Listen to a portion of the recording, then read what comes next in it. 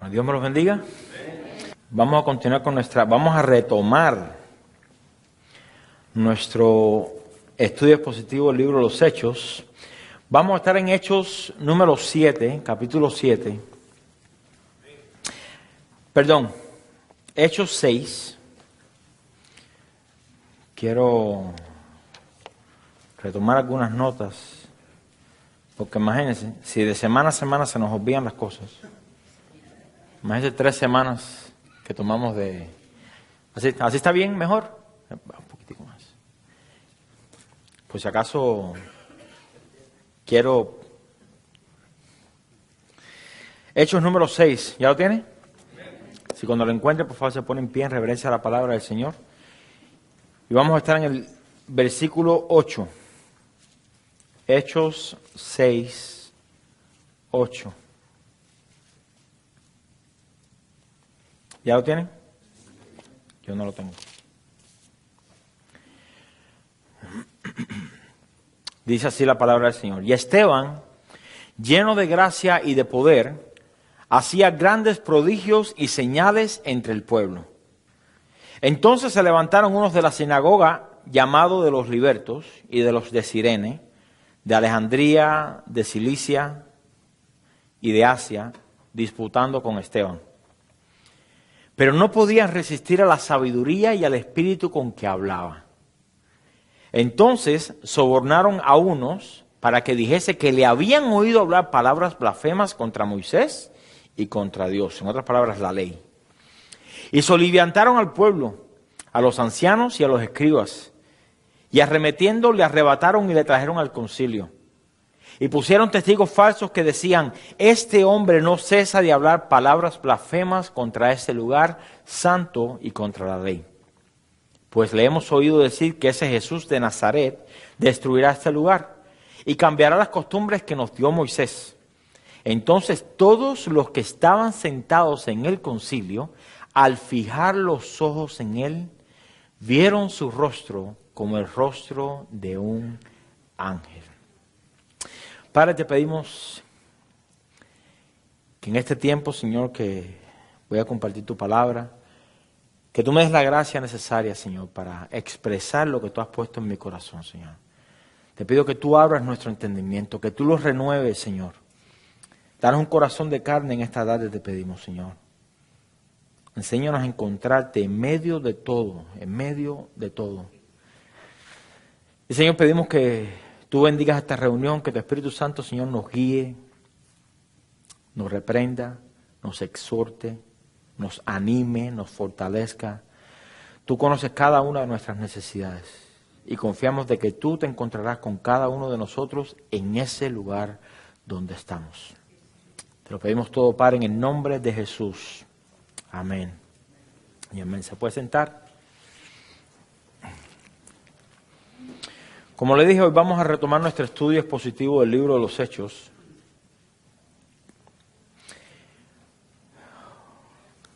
Y en la enseñanza anterior, la cual dio nuestro hermano Alberto, estuvimos viendo el desenlace en la vida de Esteban como predicador. Esteban había sido seleccionado por la congregación como diácono de la iglesia, esclavo de la iglesia. Para que suene un poco más bíblico, ¿no? ¿Y para qué había sido seleccionado? Para servir las mesas. Escuche, servir las mesas. Repartir el café y el pan allá atrás. No había nada de ministerio, por así decir. No era un ministerio de exhortación, ni de enseñanza, ni de predicación. Era simplemente servir las mesas. Si usted recuerda, la iglesia continuó creciendo y eso abrió la puerta para que los problemas comenzaran dentro de ella. Mire, le digo algo. Aun cuando comenzamos en la casa, la mayoría de ustedes no estaban, antes que Hugo y Amparo llegaran y Pablo llegara, éramos mi esposa y yo. Y ahí ya había problemas. Entonces, mientras más crece la iglesia, pues más propensos son los problemas a salir. ¿Sí o no? ¿Usted sabe que hay problemas en la iglesia? ¿Qué está haciendo para resolverlos? ¿Y qué más? Orando, pero ¿qué más? Con el mazo dando, ¿no? Esto abre la puerta, y esto es típico en todas las congregaciones, pero el problema, escuche, no surge cuando se levantan problemas. El problema surge, cuando esos problemas no son corregidos. Si usted tiene ¿cómo se llama esa enfermedad? Si no se lo corta, así sabe, ¿no? Y lo tiene en el dedo chiquito, en el más feo, ¿no? En la puntica. Y el doctor le dice, es necesario que lo corte. Y usted dice, no, que me va a doler mucho. ¿Qué sucede con esa gangrena en 3 meses? Ya está hasta aquí el cuello. Ya tiene es como una corbata lo que tiene. Y a esa hora no hay manera de solucionar. Entonces los problemas siempre son mejor solucionados cuando comienzan. ¿Cuántos están de acuerdo con eso? La queja que había en aquel tiempo era que las viudas de los griegos, estoy haciendo un recuento porque recuerde hace 3 semanas, la queja era que las viudas de los griegos estaban siendo desatendidas en la distribución diaria. Diariamente se distribuía para las viudas. Las viudas de las hebreas sentían que tenían la preeminencia a la repartición por muchas razones, y en lo natural sí tenían razón. Estas eran las que atendían a los pobres, a los enfermos, a los huérfanos. Ellas venían al templo y ayudaban, servían al necesitado. Pero las griegas no. Recuerde que muchas de ellas habían emigrado y no tenían esa costumbre. Entonces, claro, los que estaban a cargo de la repartición decían, no, pues las que trabajan son estas. La Biblia dice que el que no trabaja no come, ¿no? Y entonces, ¿quiénes se quejaron? Los griegos. No, a las viudas nuestras le están tumbando el pan. Le están dando... Entonces, ¿qué sucede? Pues seleccionan dentro de ellos a 7 diáconos o 7... ¿Cuál es la palabra bíblica para eso? Esclavos. Seleccionan entre ellos 7 esclavos, la congregación, 7 varones. Pero estos varones debían de reunir varios requisitos para poder servir las mesas. Escuchen, se necesita más que buena disposición. Cualquier persona puede ser movida, escuche, cualquier persona puede ser movida a querer servir en algún área. ¿Sí o no? Si usted, por ejemplo, va a algún trabajo y en el trabajo reconocen a alguien y le dicen, no, fulano de tal fue el empleado del mes, le vamos a dar un carro nuevo. ¿Usted cuál va a ser su motivación para el mes que viene? Entonces, no sea, va a ser el mejor empleado para que le dé un carro, ¿sí o no? No para honrar a Dios. No es para que la gente, para usted dar buen testimonio, es porque usted quiere un carro, ¿no? Entonces, las buenas motivaciones o los buenos planes o las buenas intenciones nunca, escuche, nunca son suficientes para servir a Dios. Tiene que haber requisitos. En todo lo que Dios da, siempre da requisitos. Isaías, antes de ser profeta, hubo un requisito, que sus labios fueran limpiados. ¿Sí o no? Entonces, debían de ser varones de buen testimonio, son los requisitos, llenos del Espíritu Santo y de sabiduría. Entre una congregación tan numerosa como era la iglesia que comenzaba en Jerusalén, de seguro hubo muchos candidatos que reunían tales calificaciones. Yo no puedo especular de cuál sea el nombre o cuál era el nombre, pero imagínense, calculamos que eran alrededor de casi de 12,000 personas. ¿Cuántos hombres usted cree que se presentaron? ¿Cuántos reunían los requisitos? Estoy seguro que eran más de 20, más de 100, más de 500, por así decirlo. Y de esa cantidad sacaron 7. De alguna manera la iglesia tenía la madurez para mirar por encima de cierto tipo de raza o de dialecto o costumbre, y la iglesia elige a 7 hombres que son griegos. Los griegos se quejan, la iglesia ora y selecciona ¿a quién? A griegos. Si fueran nosotros, eran los cubanos en contra de los puertorriqueños. No se sientan mal los puertorriqueños, ¿no? Y los cubanos dijeran, no, es que los puertorriqueños nos robaron la bandera. Le cambiaron el color. Y ahora nos quieren, ¿no? No, por lo general, los puertorriqueños elegirían a quién.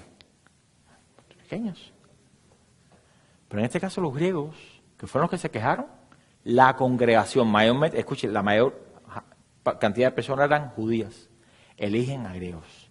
¿Sabe qué? Eso nos da a nosotros una lección tremenda.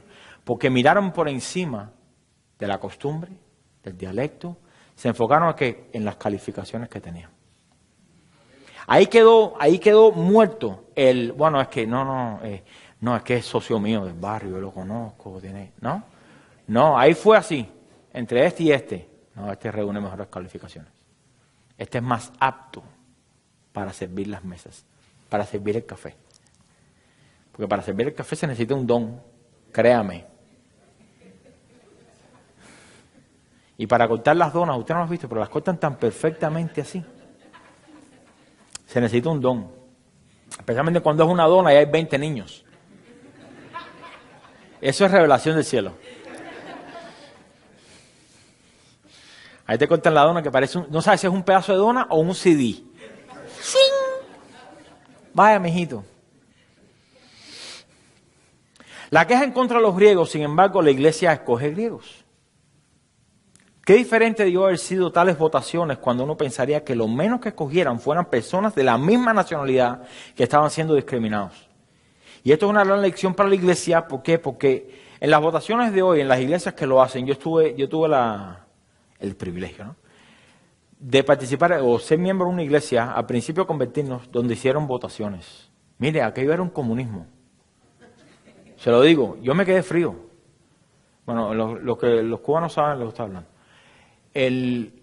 Las votaciones de la iglesia eran por la amistad. Vamos a votar por el nuevo líder de alabanza, ¿no? Saúl, no. Ese hombre no saluda a nadie. ¿Quién saluda a todo el mundo? Ah, Antonio saluda a todo el mundo. Yo voy a votar por Antonio. Y Antonio se ve ahí. Ting, ting, ting, ting, ting. Y la gente votaba porque le caía bien. Aunque no tuviera ningún tipo de testimonio bueno. Yo era nuevo, convertido, mi esposo y yo ya nos habíamos casado. Llevamos de casados y de convertidos, si acaso, en total, como unos 6 meses. Y cuando vimos eso, yo decía por dentro, pero esto no puede ser bien, esto no puede estar bien. Es como hoy, por ejemplo, en muchas iglesias, cada uno tiene su manera, ¿no? Pero cuando yo veo en la Biblia, el que escoge pastores, ancianos, maestros, profetas, ¿quién es? El Espíritu Santo. No es una junta directiva. No, yo les conté hace un tiempo atrás, donde en una iglesia donde sacaron al pastor porque hizo cosas que debería haber sido preso de 21 años, se lo digo. Vino el gerente, no es gerente, ¿cómo se dice? El supervisor del concilio, qué sé yo, ¿cómo se llama? Sí, ese mismo, ¿no? Con títulos de... Y dijo, bueno, les vamos a traer un pastor, trátenlo por 3 semanas, si no les gusta le mandamos otro. Y yo me quedé como que, espérate, ¿quién es Dios aquí? ¿El concilio o Dios? Pero es una lección para nosotros, ¿por qué? Porque tenemos que guiarnos por lo que el Espíritu Santo quiere hacer en su iglesia. A fin y al cabo, la iglesia es del Señor, no es nuestra. No es nuestra. Usted podrá ver eso en muchas iglesias hoy de la prosperidad. ¿Quiénes son los ancianos de la iglesia? ¿Sí o no? Los que más cobran.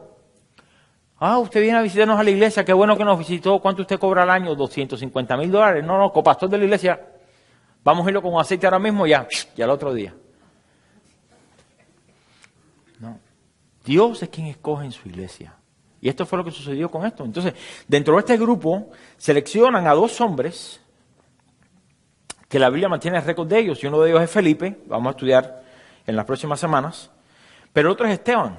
Entonces, el capítulo 6 comienza con la historia de Esteban. Dice, y Esteban, lleno de gracia y de poder, hacía grandes prodigios y señales entre el pueblo. Yo quiero que notemos aquí que Esteban tenía un ministerio dentro de la iglesia para servir las mesas. Sígame aquí. Estoy seguro que con tantos miles de personas dentro de esa iglesia, con tan solo 7 diáconos, no tenían mucho tiempo libre en sus manos para estar en Facebook. ¿Sí o no? Tenían las manos llenas. Tenían las manos llenas. Sin embargo, nos encontramos aquí con Esteban cumpliendo con su función aún fuera de la iglesia. ¿Entiende? La iglesia, el santuario, el templo, el edificio, lo que sea. Cada vez que Dios llama a personas al ministerio, tendemos a pensar que el servir a la iglesia es servir solamente en la iglesia. ¿Sí me está entendiendo, no? Pensamos que nuestro servicio a Dios es dentro de estas cuatro paredes el domingo de 11 a 5. Gloria a Dios, se ha sacado el servicio para mi casa. No tengo más nada que hacer. Y si alguien me llama, ahora por un enfermo, no, que llame al pastor. ¿No? ¿Sí o no? ¿Cuántos tienen planes aquí cuando viene el domingo de decir, aquí me quedo hasta que se vaya el último o hasta que supla toda la necesidad que hay en la iglesia? ¿Cuántos vienen con ese pensamiento? Ya usted viene ya, inclusive hasta ahora mismo le puedo ver los pensamientos. ¿A dónde vamos a comer después del servicio? Y ni siquiera hemos comenzado la predicación. Entonces imagínate si Dios le dice, me gustaría que te quedaras y que ayudes a las maestras a organizar el cuarto de los niños. A ver, dígame. Que el Señor le revela al pastor, ¿no? Tendemos a ser así, pensamos que nuestro servicio es dentro de un área determinada, dentro de un tiempo determinado. Pero cuando Dios llama a servir, significa servir dentro y fuera de ella. Quiere decir que, por ejemplo, como pastor de la iglesia, yo tengo la responsabilidad y la autoridad, escuche, para corregir y pastorear. Yo soy testigo de que la semana pasada muchos se fueron con la cara larga. Se los vi. Se hace notorio. Pero ¿qué es lo que le hago? Es mi trabajo. Y aun por incómodo que sea para ustedes, es incómodo para mí. Ay, ¿tiene frío? Pues ya lo había bajado al aire. Ok. A ver. Hugo, ¿me lo puedes poner en 71, 72? No sé. Creo que lo puse en 69. Enrique, compra un abrigo a tu esposo, ¿no? Escuche, como pastor de la iglesia, yo tengo la responsabilidad y la autoridad para corregir y pastorear. Escuche, dentro de la iglesia, hablando de los horarios de la iglesia, como fuera de la iglesia. Qué silencio, ¿no? Si se queda dormido, se escucha el ronquido ahora. Lo mismo sucede con los diáconos, maestros, ancianos, evangelistas, etcétera. Tenemos que tener una mentalidad de iglesia, escuche, de iglesia, y no una mentalidad de templo. ¿Usted es cristiano desde que se levanta hasta que se levanta? Porque aún cuando duerme todavía es cristiano, ¿no? Ok. Entonces, mira, una de las quejas que yo en lo personal tengo en contra de la educación de la escuela aquí en este país es el hecho de que los maestros ya son solamente maestros, no son educadores. Yo recuerdo en Cuba, el maestro vivía a 2 cuadras de tu casa. Te lo encontrabas en todos lados. Y te educaba lo mismo dentro de la escuela, a la hora de almuerzo, que en la calle, que en la playa, donde quiera que te lo encontraba. Te educaba. Con su ejemplo te educaba, te corregía. Si así, mira, faltarle respeto a una persona mayor delante de un maestro, te da una pela y después tu mamá te da otra pela. Porque eran educadores. Pero aquí, tristemente, hemos reducido, o se ha reducido, perdón, a una mentalidad de escuela. En la escuela es el maestro. Y yo tuve la oportunidad de experimentar con mi hija, ¿ves? Ahora está ahí, ¿no?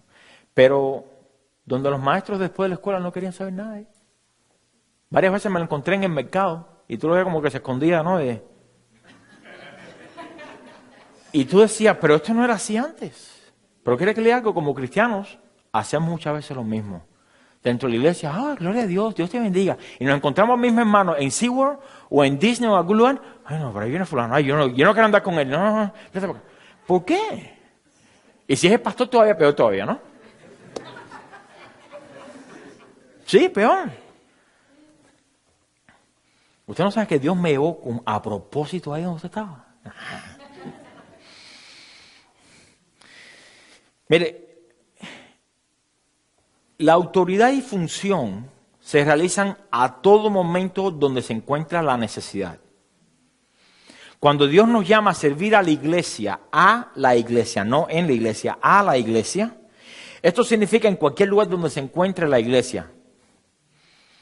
A la hora que la iglesia lo necesite y en lo que la iglesia lo necesite. ¿Cuántos dicen ay? Ay. No podemos reducir el servicio a Dios y a la iglesia solamente en los horarios de servicio. O delegárselo a unos cuantos.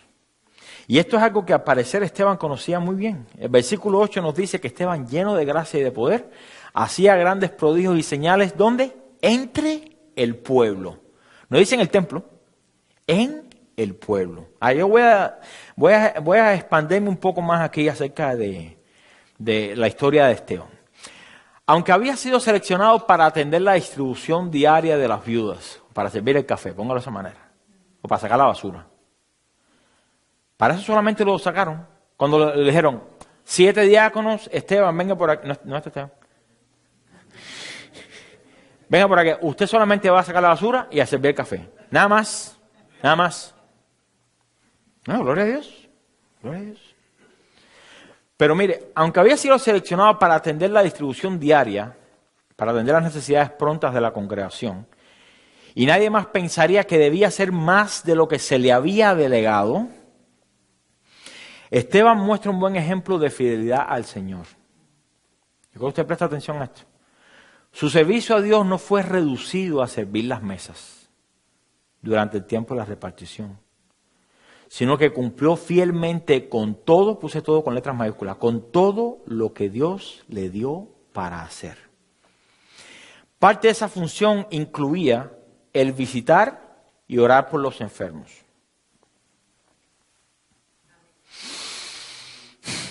Ese es el pastor que ore por los enfermos. Parte de esa función era la de exhortar a algún hermano que tuviera necesidad de un consejo o de corrección. Parte de esa función tenía que poner por obra todos los dones del Espíritu que le habían sido dados. Yo quiero hacer la siguiente pregunta. ¿Cuántos de ustedes tienen un don del Espíritu?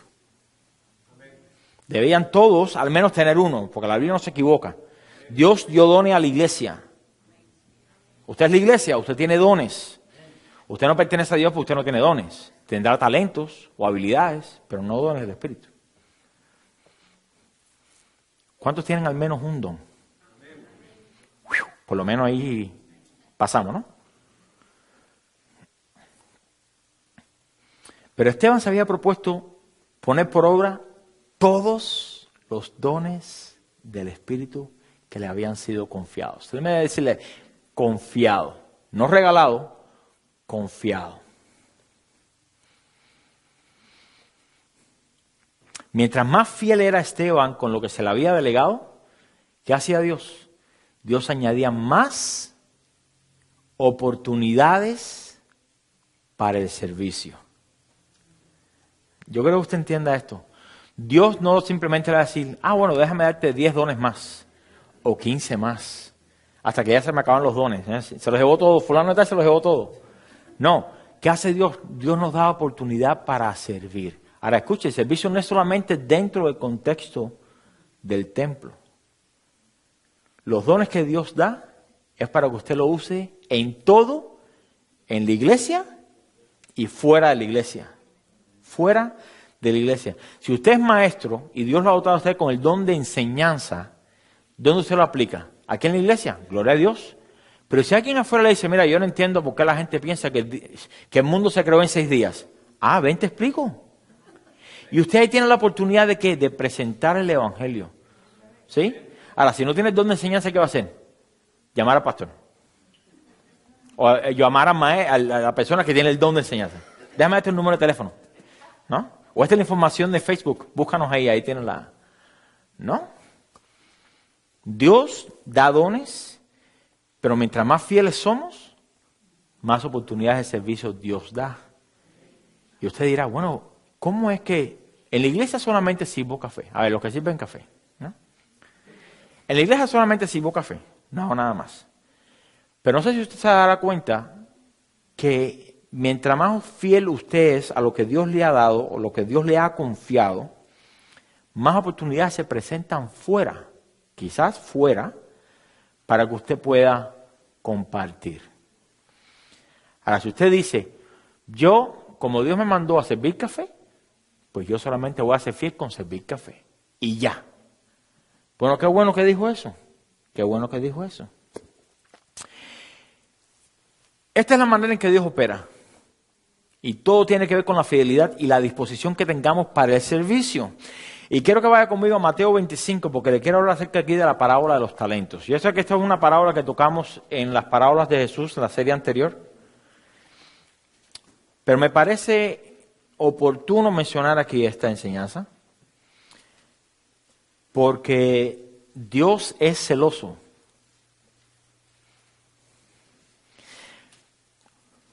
Mateo 25, versículo 14.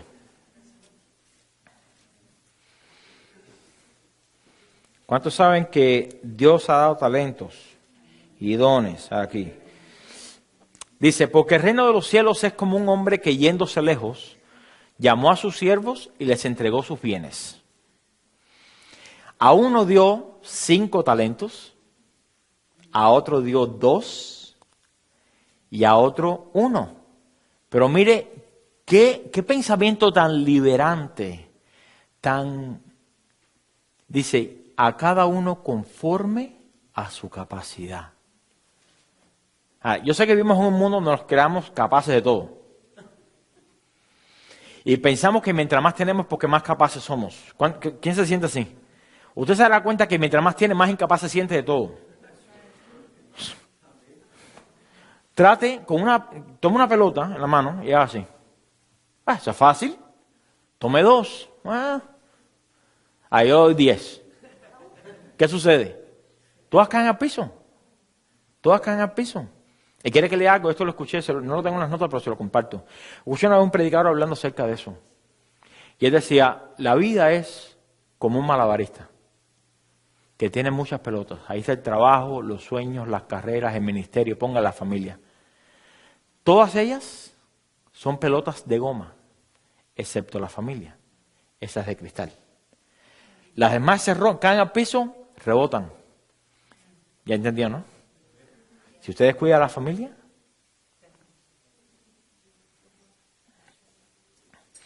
a uno dio 5 talentos, a otros 2 y a otro 1, a cada uno conforme a su capacidad. Y luego se fue lejos. Y el que había recibido 5 talentos fue y negoció con ellos y ganó otros 5 talentos, 100%, otros 5 talentos. Asimismo, el que había recibido 2, ganó también otros 2, 100% de retorno. ¿Sí entiende, no? 5 y 2 dieron lo mismo, 100%. Después, pero el que había recibido 1 fue y cavó en la tierra y escondió el dinero de su señor. 19. Después de mucho tiempo vino el señor de aquellos siervos y arregló cuentas con ellos. Eso es lo que Dios va a hacer con nosotros. Arreglar cuentas con nosotros. Y llegando el que había recibido 5 talentos, trajo otros 5 talentos diciendo, Señor, 5 talentos me entregaste, aquí tienes, he ganado otros 5 talentos sobre ellos. Y su señor le dijo, bien, buen siervo y fiel. Mira, esas son las palabras que cada uno de nosotros esperamos que se nos digan. ¿Sí o no? Si usted llega al cielo, no, a mí no me van a decir que soy un bueno para nada. No, cada uno de nosotros queremos que Dios diga, bien, buen siervo y fiel. Sobre poco has sido fiel, sobre mucho te pondré. Entra en el gozo de tu Señor. Llegando también el que había recibido 2 talentos, dijo, Señor, 2 talentos me entregaste, aquí tienes. He ganado otros 2 talentos sobre ellos. Su Señor le dijo, bien, buen siervo y fiel. Sobre poco has sido fiel, sobre mucho te pondré. Entra en el gozo de tu Señor. ¿Qué se resalta aquí? La fidelidad. La fidelidad. No es la cantidad, es la fidelidad. Pero llegando también, 24, pero llegando también el que había recibido un talento, dijo, Señor, te conocía que eres hombre duro. Mira, aquí empiezan las excusas, ¿no? No es culpa mía, no es culpa mía. El problema es que tú me das miedo. Eso es lo que está diciendo aquí.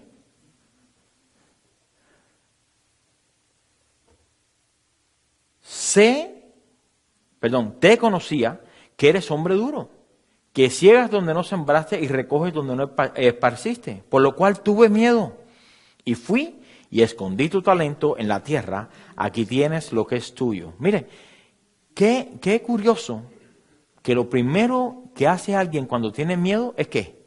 Esconder. Adán y Eva tuvieron miedo y se escondieron. Aquí este siervo infiel, ¿qué hizo? Tuvo miedo y escondió el talento. Así que si usted está luchando con que, ay, es que tengo miedo de fallarle al Señor, eso es un buen miedo saludable, pero no es una excusa para decir, no voy a hacer nada. Dice, respondiendo su Señor le dijo, siervo malo y negligente. ¿Quién quiere escuchar esas palabras cuando llegue al cielo? Okay. ¿Sabías que ciego donde no sembré y que recojo donde no esparcí? Por tanto, debías haber dado mi dinero a los banqueros y al venir yo hubiera recibido lo que es mío con los intereses.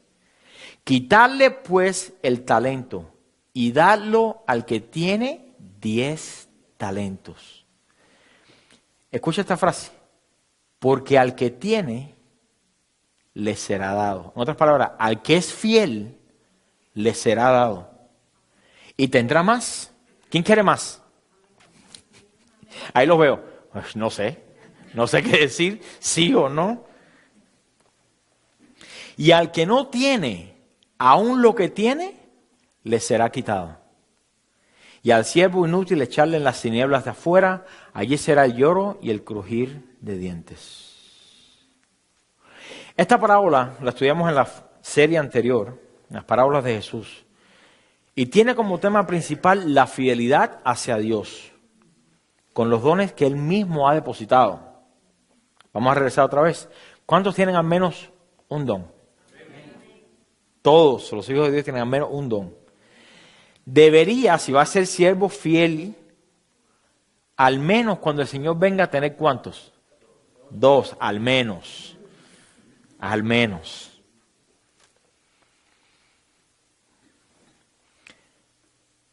Hay 2 cosas que quiero resaltar en esta parábola. Número 1, no cabe duda, Dios es quien reparte los dones, conforme a nuestra capacidad. Escuche, Dios no la tiene agarrada con usted. Ni Dios dice, no, el problema es que no hablo inglés, déjame darle nada más que 2 dones, porque vivimos en Estados Unidos. O solamente fue a la escuela hasta 3er grado, o nunca fue a la escuela, déjame darle solamente un don.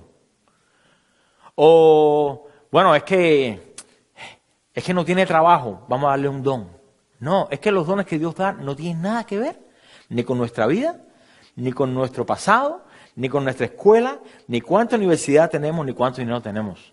Los dones que Dios da, gloria a Dios, los dones que Dios da es conforme a su sabiduría, conforme a nuestra capacidad de fidelidad. Escuche, de fidelidad, no de multiplicar, de fidelidad, y para la edificación de la iglesia.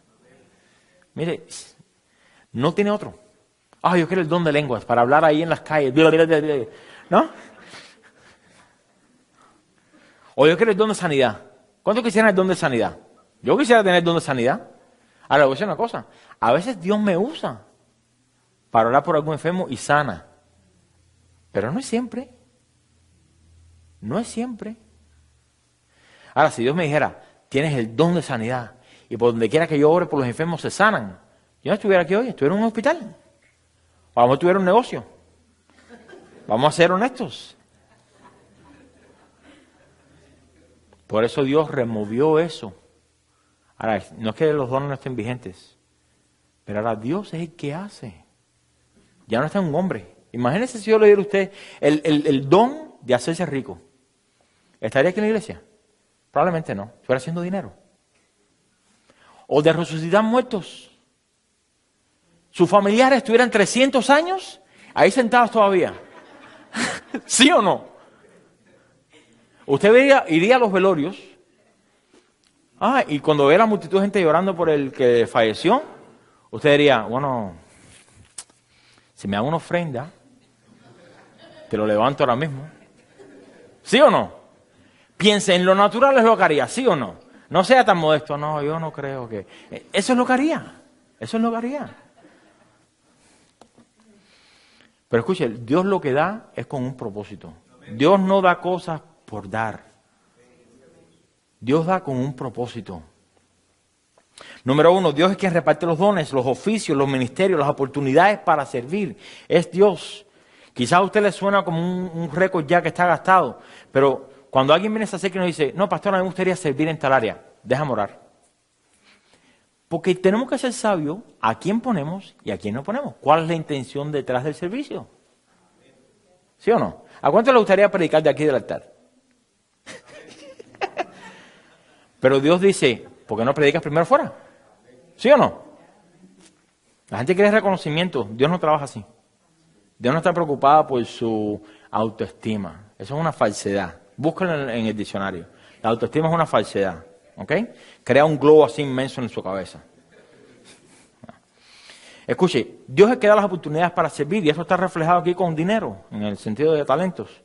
Dios da conforme a su sabiduría cuánto quiere dar y a quién lo quiere dar. Así que si usted ve a un hermano que tiene 5 dones o 10 dones y usted tiene 2, ahí bien chiquiticos, donitos, no diga, es que yo quiero ser como fulano de tal, yo quiero tener 10. Si con los 2 pequeñitos que tiene, te cuesta trabajo. Si con 2 pelotas está ahí, se está muriendo, imagínate con 10.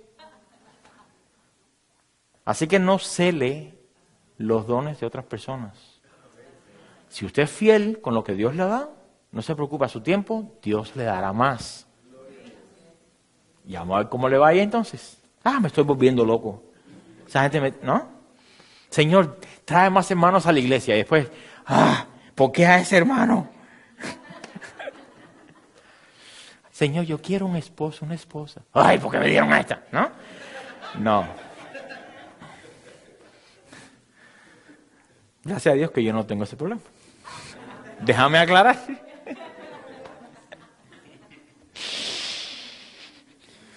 Lo que Dios demanda de nosotros es que seamos fieles con lo que Dios nos dio. Ya sea mucho o sea poco. En verdad eso es irrelevante. Es irrelevante. A mí esto va a sonar un poco duro, ¿no? A mí me fastidia cuando un pastor te pregunta, ¿tú eres pastor de una iglesia? ¿Cuánta gente tiene? ¿Qué te importa? Uno no le dice eso, ¿no? Pero no, se lo quiere decir bíblico. Uno se lo quiere decir de manera bíblica. No os importéis.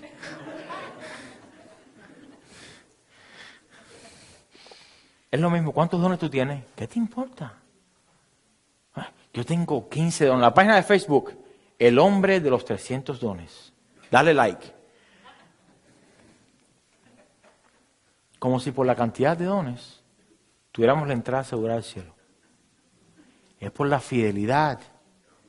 Es por la fidelidad.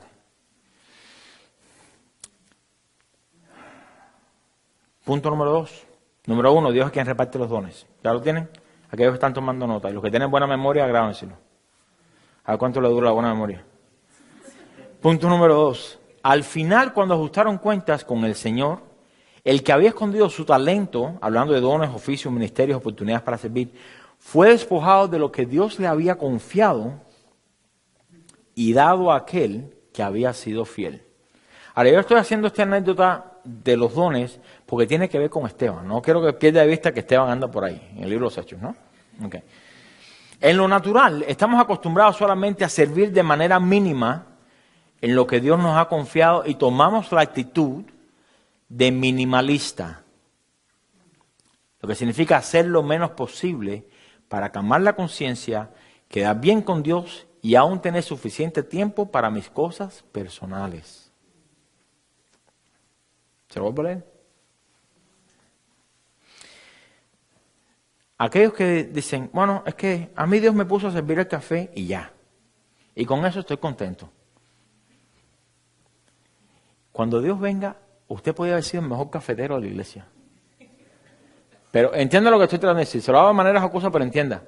Si usted solamente se quedó estancado ahí, ¿qué pasó con el siervo que dijo, bueno, me diste uno y pues me dio miedo pues decir, Señor, heme aquí, envíame a mí, me quedé solamente con el café. Perfeccioné el arte del café, pero no hice nada más. ¿Qué sucedió con ese siervo? Perdió su recompensa. Ahora, no vamos a entrar en el tema de que si la salvación se pierde, que si no, ese no es el tema principal de aquí. Lo que quiero que se concentre es en la fidelidad de Dios, que demanda de nosotros en cuanto a lo que Él nos da. Y eso es, tomamos la actitud de minimalista. Y eso es, si es que hemos propuesto nuestras vidas para que Dios haga en nosotros, por nosotros y a través de nosotros, lo que Él quiera hacer. Y me temo, como pastor, que dentro de la iglesia Casa Oración Florida, tengamos personas que pudiendo ser como Esteban, deciden ser como el siervo infiel. Como pastor sé que muchos de ustedes tienen dones y talentos, tienen llamados muchos de ustedes, y Dios está trabajando en el carácter de cada uno. Eso lo vemos en todos nosotros. Nuestro proceso de santificación durará hasta que Cristo venga por la iglesia, ¿no? Pero tenemos que confiar que la buena obra que Él comenzó, la terminará y la continuará perfeccionando hasta el día de Cristo. Pero escuche, el problema aquí es que no podemos decir, bueno, Señor, yo no he logrado la perfección, todavía soy iracundo, todavía soy no sé qué, todavía no sé cuánto, por tanto, hasta que yo no me perfeccione, no puedo trabajar. ¿Cuándo será eso entonces? Nunca. Nunca. Esta parábola nos enseña que dentro del reino de Dios no hay lugar para los minimalistas. ¿Usted entiende cuál es lo que estoy hablando acerca de minimalista, no? Conformista.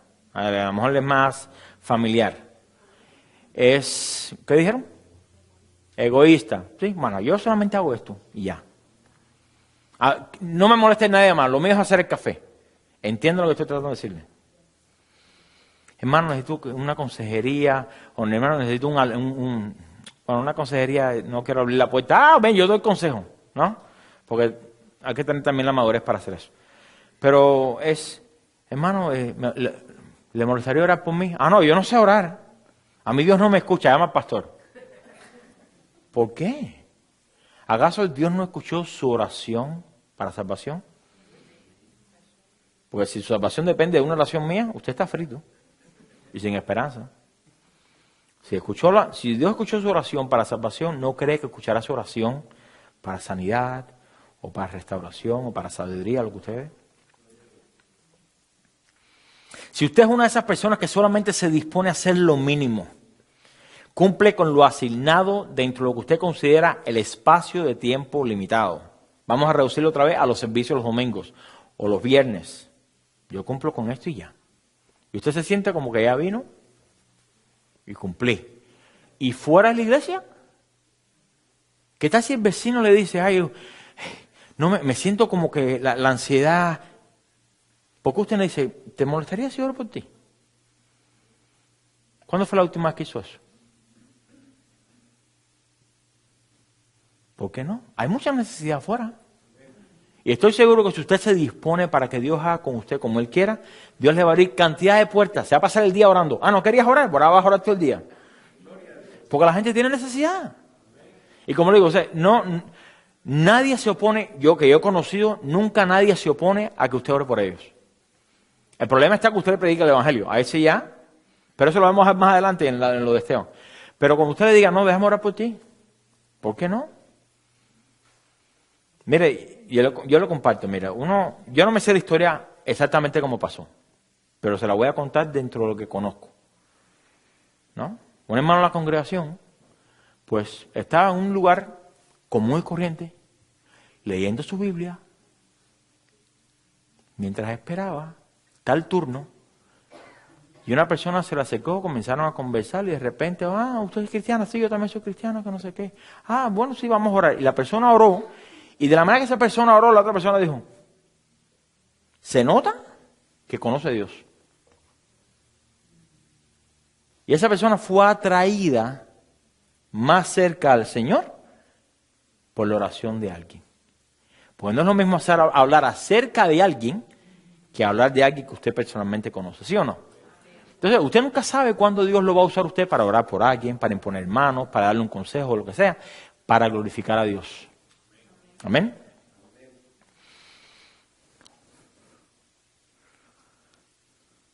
Si usted considera que solamente puede servir a Dios dentro de su espacio limitado, dentro de su tiempo, dentro de sus capacidades, bueno, si tengo tiempo lo hago, créame que debería sentarse y considerar su servicio. Y lo ponga delante del espejo de la palabra de Dios, y en este caso la parábola de los talentos, y saque usted la conclusión, o saque usted la conclusión final, para usted cuál será. Buen trabajo. Fiel, siervo y fiel. Buen siervo fiel. ¿O será la otra? Ahora, esta enseñanza, como le dije, no está basada en los talentos, no es una enseñanza de los talentos. Pero la traigo porque me parece que es importante para entender la vida de Esteban. Yo me preguntaba, ven acá, ¿por qué esta gente se ensañaron en contra de Esteban? Porque ahí lo dice que de repente aparecieron de todos lados y empezaron a disputar con Esteban. Dice, ¿por qué disputaron con él? Si lo que hacía dentro del pueblo, ¿qué cosa era? Prodigios, milagros, maravillas, señales. ¿Qué hay de malo con eso? Si tú me dijeras, él oraba por los enfermos y los enfermos se morían, ya sería diferente.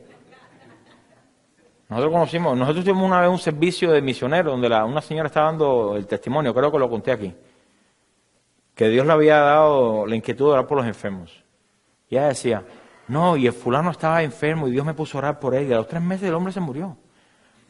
Ok. Y eso pasó como 3 veces dentro del mismo testimonio. Después oró otra persona que tenía una enfermedad, que no sé qué, y a la semana se murió. Y después oró por no sé quién que tenía otra enfermedad y también a los 3 meses se murió. Y decía, no, sí. Cuando dijo, me gustaría orar por los enfermos, nadie pasó. Nadie pasó. No, que nadie se quería ir con el Señor. Definitivamente no tenía el don de sanidad, ¿no? Tenía el don de encontrarse con el Señor, ¿no?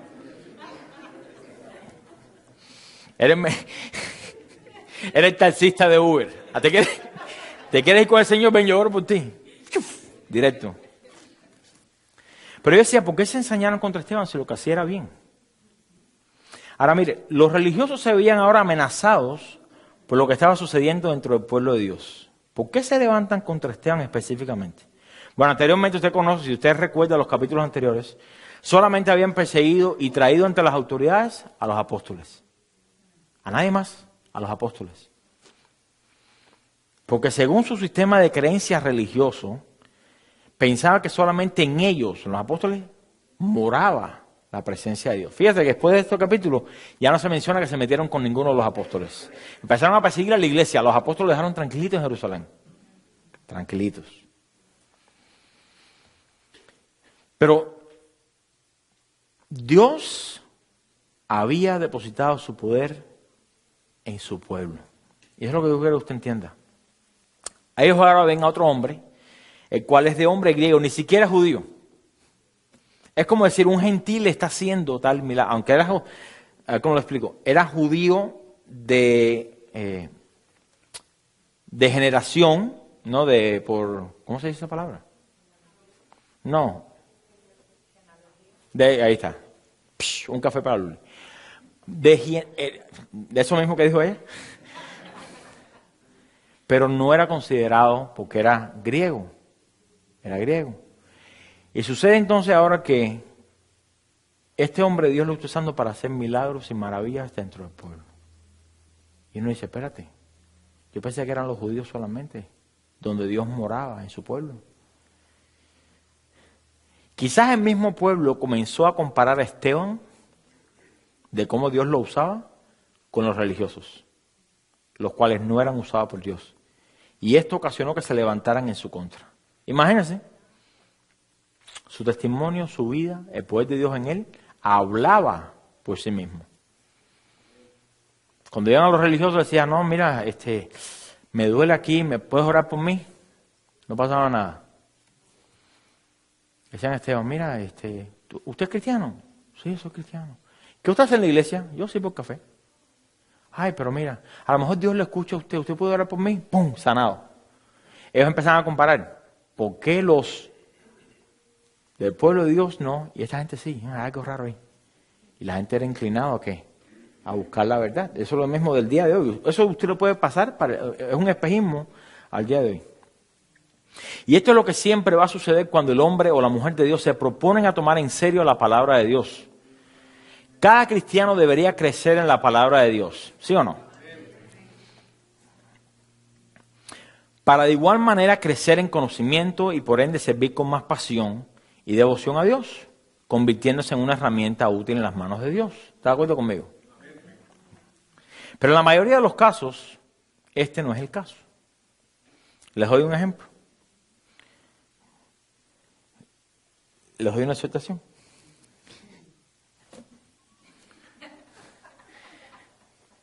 ¿Cuántos han hecho la tarea de la última clase? Ah, gloria a Dios. Amén. Ok. Las próximas preguntas no las tienen que responder, por favor. Voy para ustedes. ¿Cuántos con todo el tiempo libre que han tenido en las últimas semanas han hecho solamente una tarea? La tarea, si mal no recuerdo, era tomar un pasaje del Sermón del Monte, se lo voy a traer como paréntesis, y aplicar ¿cuántos pasos? 5, en realidad eran 3, porque el primero y el último, pues, el primero era ¿qué? Preparación, y el último, repetición. No, menos mal que hicieron la tarea. ¿Y los otros 3 en medio? ¿Alguien se acuerda de las sílabas? Oía, ¿qué significa? Observar, interpretar, ¿y qué? Aplicar. Un café para Saúl y Luli. ¿Y los demás? En Fritoland. Ahora, escuche. La herramienta que les di en el estudio era para que usted aprenda a estudiar la Biblia. No lo haga solamente para hacer una tarea y quedar bien con el pastor. Realmente, le confieso algo, es bien frustrante. Yo tengo que preguntar, ¿quién hizo la tarea? Ah, yo no la hice. O, no tuve tiempo, esa es la favorita, ¿no? No tuve tiempo. ¿Cuántas novelas viste la semana pasada? Si solamente ha hecho la tarea una, ¿cuántos hicieron una tarea? Ana quiere responder. ¿Cuántos hicieron una tarea? En verdad, se lo digo con todo amor, en verdad no es muy diferente a lo mismo que el siervo inútil hizo. O infiel, perdón, infiel, siervo infiel. Hizo lo que se le pidió. Pero hace ya 3, 4 semanas de eso, o más para algunos. ¿Por qué no aplicó eso? Y dice, ¿sabes qué? Yo sé que el pastor pidió una tarea, pero déjame tomar esto y hacerlo como un ejercicio semanal. Yo no les dije a ustedes háganlo diario, estudien la Biblia diario, sería genial, pero no. Tener su tiempo devocional, su tiempo a solas, su tiempo donde usted lee, escudriña, ora, eso es diferente a sentarse a estudiar. ¿Cuánto le tomaría un pasaje de la Biblia a estudiar bien aplicado? ¿15 minutos? ¿20 minutos si acaso? No tiene que desarrollar un capítulo, un pasaje. ¿Y por qué no ha seguido haciéndolo? Yo no le dije a usted solamente uno y ya nunca más en la vida hagan otro estudio, no. La tarea era uno, pero ¿por qué no aplicar y decir, ¿sabes qué? Déjame hacerlo por lo menos una vez a la semana, separar 15, 20 minutos. O estirar esos 20 o 25 minutos durante... ¿No tienes 5 minutos de su día? No, si no tienes 5 minutos de su día, entonces tienes que reconsiderarte una cantidad de cosas. ¿No? A eso se lo digo con todo el amor del mundo. Porque es para su propio bien. Es para su propio bien. Los principios que estamos aprendiendo en cuanto al estudio de la Biblia no es para hacer una tarea ya y quedar bien con el pastor. ¿Cuántos lo hicieron? Amén. Tiene el propósito de crearnos cada uno de nosotros la disciplina de convertirlo en un estilo de vida. ¿Sí quiere estudiar la Biblia? Mira, usted se sorprendería cuánto usted aprende cuando usted se propone estudiar. Sí, yo estoy seguro que si yo le doy una pala a usted y le digo, mira, en algún lugar de esta propiedad hay $4 billones en joyas escondidos. Mira, usted no estaría aquí en el servicio. Usted estaría paleando allá afuera. ¿Sí o no? Con todo. Es más, le digo una cosa. Hermanos, se acabó el servicio, despídanse y ahí va otra vez para allá. Ya el servicio a Dios no está dentro de un marco. ¿Me entiende lo que le estoy diciendo? Pero mientras más usted encuentra a Dios, que es lo bonito, más usted quiere encontrar a Dios. ¿Qué sucede cuando usted está en la playa y de repente está abriendo un hueco y se encuentra con un reloj? No, el hueco sale hasta China, del otro lado del país. Sigue para allá, porque usted quiere seguir buscando por si acaso hay. Vamos a ser honestos, en lo natural es así. Pero en las cosas de Dios nos conformamos con lo mínimo. Ay, gracias Señor que me hablaste el domingo. ¿Y Dios no nos puede hablar el lunes, el martes, el miércoles? Usted está poniendo su crecimiento dependiendo del pastor. Yo soy responsable de mi crecimiento. Y soy responsable de darle a usted las herramientas que Dios me da para darle. Pero si usted no las aplica, yo no puedo hacer nada por eso. Yo no puedo hacer nada por eso. Si usted quiere servir a Dios en cualquier obra en que Él le confíe, es necesario que usted sea perfecto y preparado. Ah, ya mencionó la palabra perfecto. No, ya ahí, no, pastor, eso nadie. No, vamos a ver qué dice 2 Timoteo 3:16, por favor, vaya conmigo ahí. 2 Timoteo 3:16. Deja una marca ahí en Hechos 6. 2 Timoteo 3:16. Yo creo que cada cristiano debería memorizarse este versículo. Toda la Escritura es inspirada por Dios. Se lo vuelvo a leer. Toda la Escritura, desde Génesis 1 hasta Apocalipsis 22. Toda la Escritura es inspirada por Dios y útil ¿para qué? Enseñar, redarguir, corregir.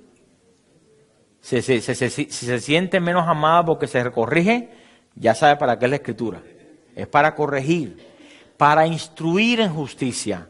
Pero mire cuál es el fin, de que el hombre de Dios, añada ahí mujer, Dios, hombre o mujer de Dios, sea perfecto e enteramente preparado para toda buena obra. ¿Qué significa esa palabra perfecto? Usted lo sabe. Maduro.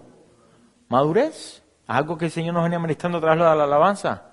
Enséñanos a crecer en la madurez. En la madurez. ¿Cuánto le gusta a usted que sus hijos ya sean maduros? Pero a usted le gustaría que se quedaran pequeños. ¿Sí o no? Pero imagínate, junior de esa edad, ya de universidad. Ay. Pero ¿sabe la madurez en el cristiano? La madurez en el hombre natural, esto lo he mencionado varias veces, se ve cuando empiezan a ser independientes. Ya se saben poner los zapatos solos, ya se saben amarrar los zapatos, ya se saben, wow, está madurando, está creciendo. Pero en el cristiano es completamente lo contrario. Mientras más maduro es, más dependiente es de Dios. Así trabaja Dios. Lo que para el hombre natural es, para Dios no es. Dice, enteramente preparado, yo creo que presta atención a esto, para toda buena obra. En otras palabras, para todo lo que Dios le disponga a hacer. Porque todo lo que Dios nos dispone a hacer es bueno. Su voluntad es buena, agradable y perfecta. Y estoy más seguro que este es el caso, o era el caso de Esteban. Esteban no fue minimalista. Esteban no dijo, bueno, yo soy el del café. Y ya. No. Esteban no hacía solamente lo que la iglesia le había delegado para hacer y ya.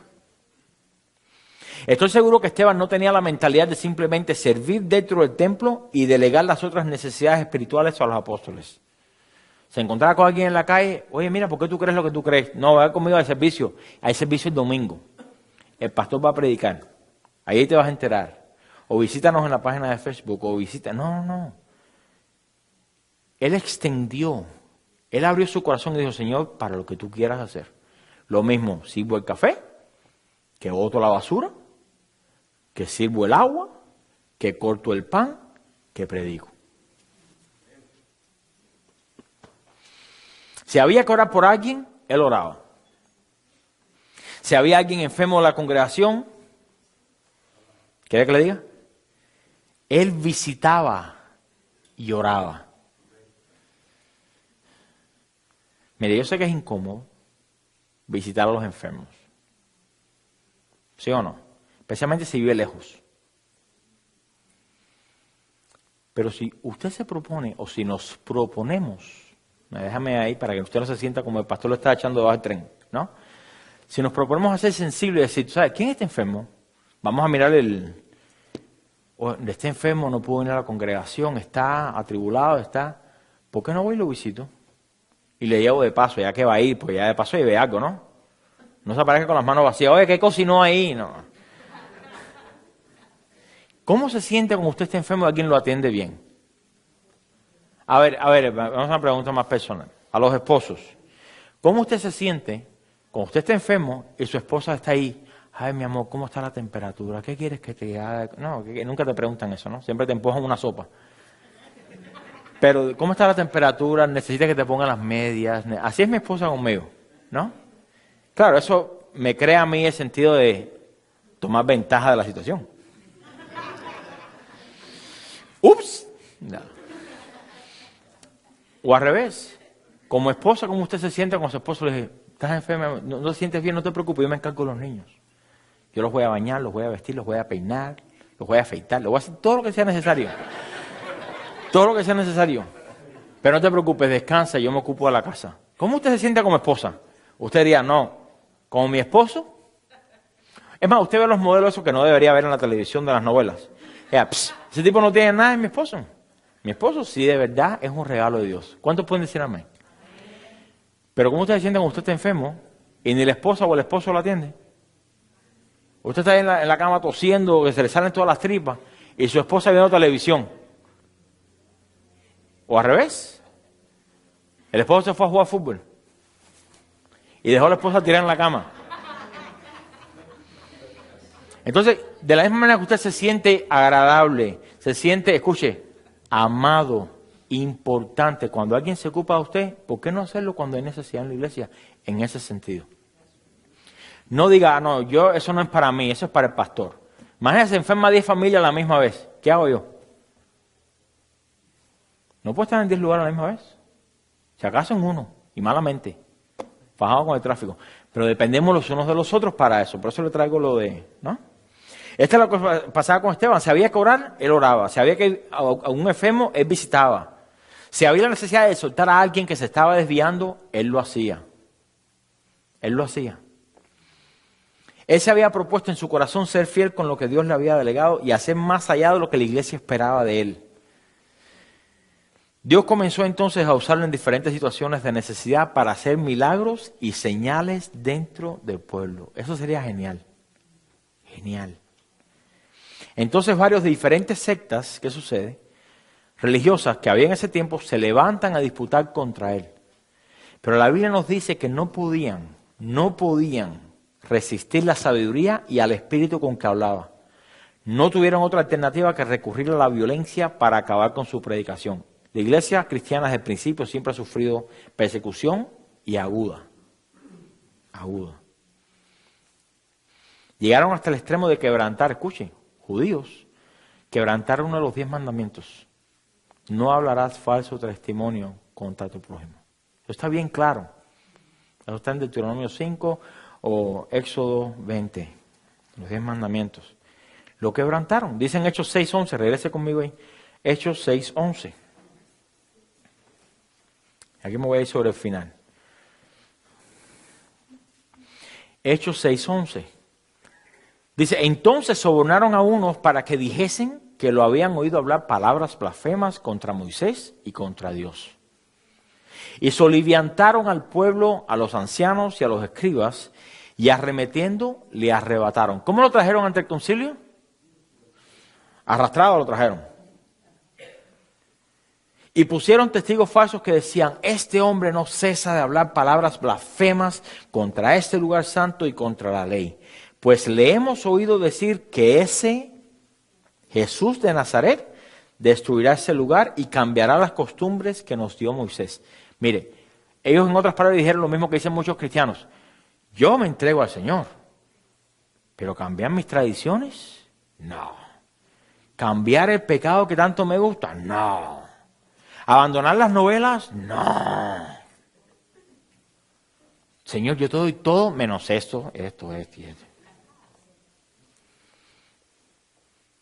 ¿Dejar mis vicios que tanto me gustan? ¿Usted se ha puesto a pensar por qué le ha costado tanto trabajo salir de algunos pecados menores que otros mayores que Dios ha arrancado? ¿Quiere que le diga por qué? Porque todavía le gustan. Vamos a ser honestos. ¿Sí o no? No es que Dios no tenga poder para hacerlo, es que usted no está dispuesto a dejarlo. Dios dice claramente, si tu mano derecha te es ocasión de caer, pásale la mano bastantes veces y se dormirá. ¿Es lo que dice? No, córtala. Córtala.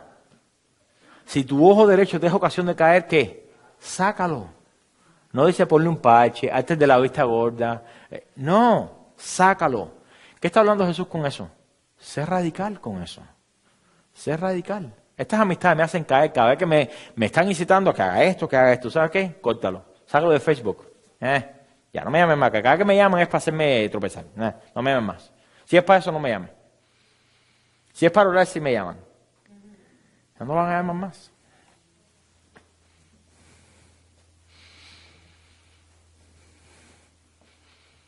Estos religiosos se habían propuesto terminar con el cristianismo de una manera o de otra. Ya habían azotado a los apóstoles.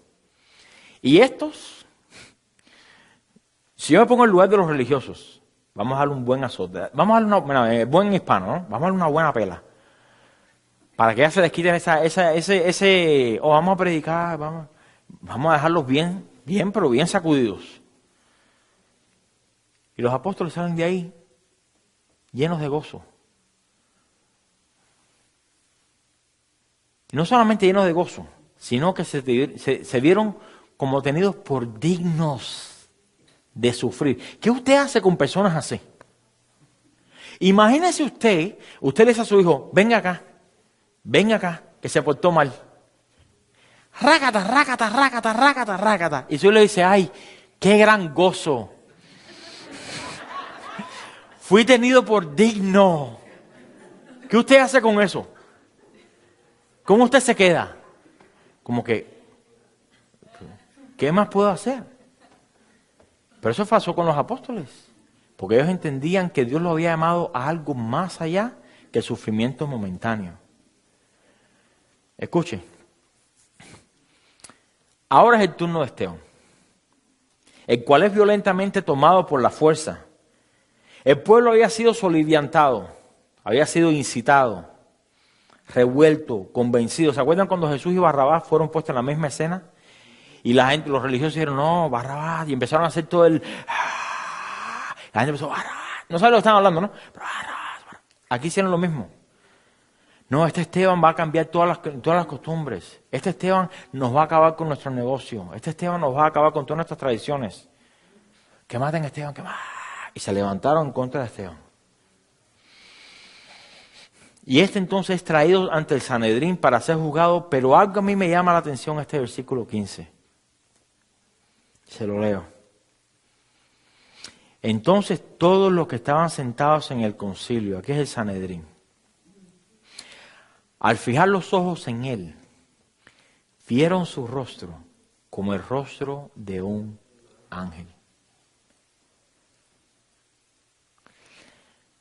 ¿Cuál es el propósito de fijar sus ojos en Esteban? De seguro era para intimidar. De seguro era para intimidar.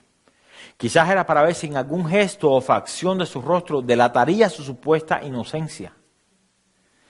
Este hombre estaba siendo acusado de blasfemia en contra de Dios y contra Moisés. Y esto era castigado con muerte. ¿Recuerdan al Señor? Es decir, que yo soy el Hijo de Dios, o el Padre y yo somos uno. Cruz. Cruz. Incluso tenía ahora varios testigos falsos que testificaban que Jesús venía a cambiar sus costumbres. Estaban más preocupados en mantener y cuidar sus costumbres y tradiciones que en ser nacidos de nuevo y obtener vida eterna. Pero cuando estos religiosos fijan sus ojos en él, hay algo que les llama la atención. Al menos la Biblia nos relata ese detalle acerca de su rostro. Dice que ellos vieron su rostro como el rostro de un ángel. La versión etíope de la Biblia dice lo siguiente: y vieron su rostro como el rostro de Dios. ¿A qué se refiere eso? Bueno, primeramente Dios es espíritu. Dios no tiene rostro, como no tiene espaldas, como no tiene manos. Son figuras poéticas, por así decir. ¿Pero qué significa con que vieron su rostro como el rostro de Dios? Lo que significa esta frase es que el semblante que presentaba Esteban estaba lleno de gracia y de paz, aún en medio de acusaciones falsas que potencialmente lo llevarían a la muerte. Él estaba convencido en su corazón de que no había hecho ningún mal y estaba confiado de que Dios estaba en completo control. Ahora yo quiero preguntarle a usted, ¿cómo se siente usted en medio de la tribulación? ¿Refleja usted el rostro de Dios o refleja usted un rostro que no conoce a Dios? De eso venía la exhortación hoy. Y con esto voy a cerrar. ¿Cómo refleja usted en su rostro, en medio de la prueba? ¿Cómo usted se para en medio de la tentación, de la prueba, de la tempestad e imita la paz y gracia que Dios da? Cuando hay momentos difíciles, atrévase a preguntarle a sus familiares o a sus vecinos: cuando yo estoy atribulado o cuando cosas pasan que tú sabes que me pasan, ¿cómo tú me ves el rostro? No hay nada malo con preguntar. Porque usted no tiene un espejo a diario para ver cómo responde su rostro cuando hay una mala noticia. Pero si en verdad estamos confiados de que sabemos que a los que aman a Dios todo obra para bien, si tenemos esa convicción, aunque por dentro estemos, nuestro rostro refleja ¿qué? Paz. Paz. Jesús dijo: mi paz os dejo, mi paz os doy. No como la que el mundo da, sino como la que yo le doy. ¿Qué significa eso? ¿Falta de conflicto? ¿Ausencia de guerra? No, aún en medio de ella, reflejo que ¿qué? Dios está en control. No hay nada, escuche, contrario a lo que muchas personas han enseñado en falsas iglesias, de que el diablo me tiene no sé qué, que el diablo ha venido. Escuche, si usted es hijo de Dios, el diablo tiene que pedir permiso, escuche, a Dios para ponerle un dedo encima. Yo creo que usted entienda eso. El enemigo puede venir y decirle: no, le voy a llevar una enfermedad a Luli. Él no tiene ningún tipo de potestad para venir a hacerle nada a Luli, a menos que vaya y haga. No, le puedo dar un catarro a Luli. Porque Luli se ve muy gozosa los domingos de arriba y me vuelve loco con eso, ¿no? Y Dios le dirá, ¿sí o no? ¿Y cuán lejos puede llegar? Entonces, usted tiene que ver las pruebas. ¿Cómo lo puedo explicar esto para que usted me entienda?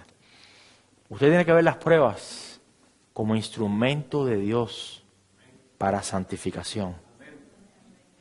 Yo quiero que usted se concentre exactamente en lo que le estoy diciendo.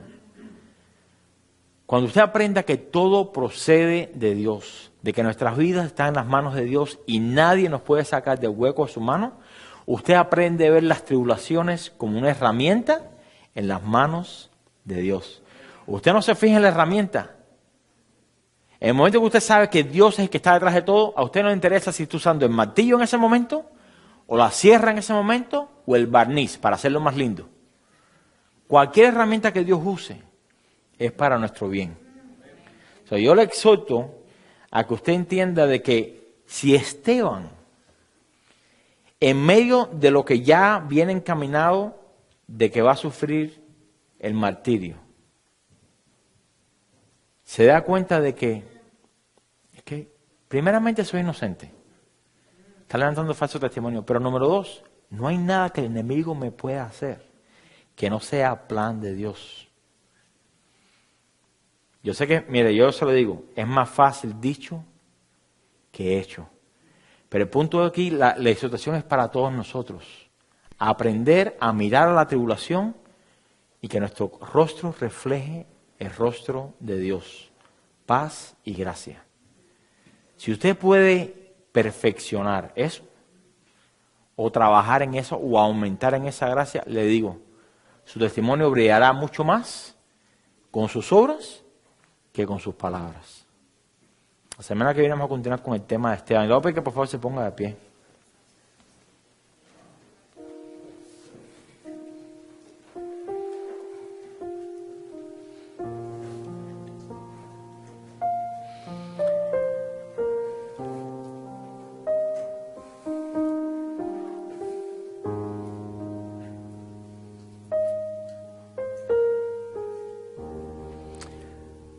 Padre, Señor, venimos delante de ti en esta tarde,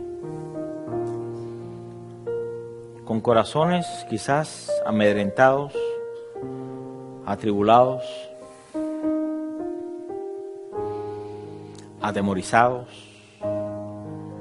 No sabemos lo que mañana pueda traer a nosotros. No sabemos qué será de nuestra vida, no sabemos qué será de nuestros familiares, de nuestros hijos, de nuestras esposas o de los esposos. No sabemos qué será, Señor, de nuestros trabajos, de nuestra salud, de todo lo que nos pueda acontecer en esta vida, Señor. Realmente te damos gracias porque no obras conforme a nuestra voluntad. Si por nosotros fuera, Señor, que hiciéramos un plan, un mapa de por dónde tú nos quieres llevar. Pero te quiero pedir en esta tarde, Señor, por la congregación, y me incluyo también ahí. Solamente la confianza de que nuestras manos han sido tomadas por tu mano y que tú nos guías por toda senda de justicia, de amor y de paz. Debe ser más que suficiente para poner nuestra confianza en ti. Nuestra confianza, Señor, no está en lo que podamos ver, en lo que podamos hacer. Nuestra confianza, Señor, está en quien tú eres. Hay una gran diferencia entre alabar tu nombre y adorar. Mientras la alabanza refleja la gratitud de nuestro corazón por cosas que ya tú has hecho o cosas que harás, cosas que proceden de ti, milagros, maravillas, señales, prodigios. La adoración se concentra en tu carácter y en quien tú eres. Yo te quiero pedir en esta tarde, Señor, que tú nos enseñes a ser adoradores en espíritu y en verdad. Si realmente el versículo de Romanos 8:28 toma raíz en nuestro corazón, estamos confiados, Señor, de que no importa qué venga sobre nuestras vidas, podemos mantenernos ecuánimes y tranquilos como Esteban. Esteban no era pastor de la iglesia, Esteban no era maestro de niños, no era apóstol, no era profeta, era simplemente un diácono, era simplemente un esclavo de la congregación, era simplemente alguien que se había dispuesto a servirte. Sin embargo, dio testimonio de cuánto tú haces con un hombre que está firme ante las tribulaciones de este mundo, Señor. Padre, yo te pido que nuestra confianza esté cimentada en ti. Y tal como ministramos antes de la predicación, Señor, tenemos la confianza de que todo obra para bien. Pero hay un requisito. Tenemos que amarte. A los que aman a Dios, todas las cosas ayudan a bien. Son versículos que cada uno de nosotros sabemos quizás de memoria. Quizás es uno de los primeros versículos que memorizamos. Pero cuánta falta nos hace las dos primeras palabras. Y sabemos. es estar completamente convencidos de que conocemos por experiencia. Hemos experimentado tu bondad, tu misericordia, tu gracia, tu favor, tus victorias, sanidades, milagros. Has hecho caminos en el desierto. Has librado nuestras vidas. Aún hoy nos sostienes con la palabra de tu poder. No solamente a nosotros, sino al universo que fue creado. ¿Cómo no confiar, Señor, que tú trabajas en cada una de nuestras tribulaciones? Te pido, Señor, que hoy, de alguna manera, aprendamos de Esteban a estar tranquilo, y a que nuestro rostro refleje la paz que viene de ti. No queremos la paz del mundo, queremos la paz que procede de ti, Señor. Y yo te pido, Señor, que en esta semana tú nos des oportunidades para poner por obra tu palabra. Es solamente ahí cuando crecemos, es solamente ahí cuando somos sabios, es cuando aplicamos el conocimiento. Que no pensemos que esta sabiduría simplemente, o esta paz simplemente es para los pastores, para grandes personas en la iglesia o en el ministerio. Esta paz es para cada cristiano. Pero tenemos que proponernos, Señor, aprender a confiar en ti. Y tú dispondrás entonces en ese momento cómo quieras usarnos. Yo te pido que esta semana tú nos des, Señor, oportunidades para poner por obra tu palabra, de mantenernos firmes, ecuánimes, tranquilos, con rostro de Dios ante nuestro enemigo, Señor.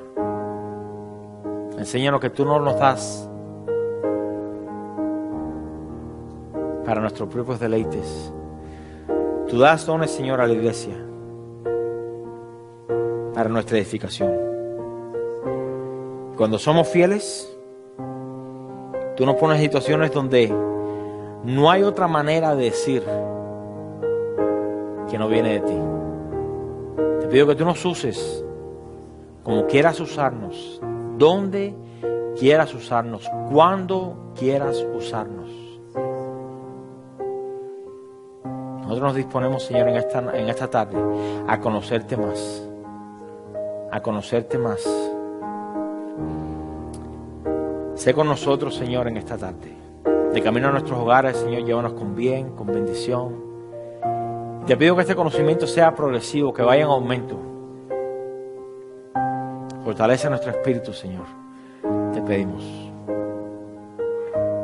A ti damos toda gloria y toda honra, Señor. En el nombre de Jesús. La iglesia de Dios dice amén. Gloria a Dios.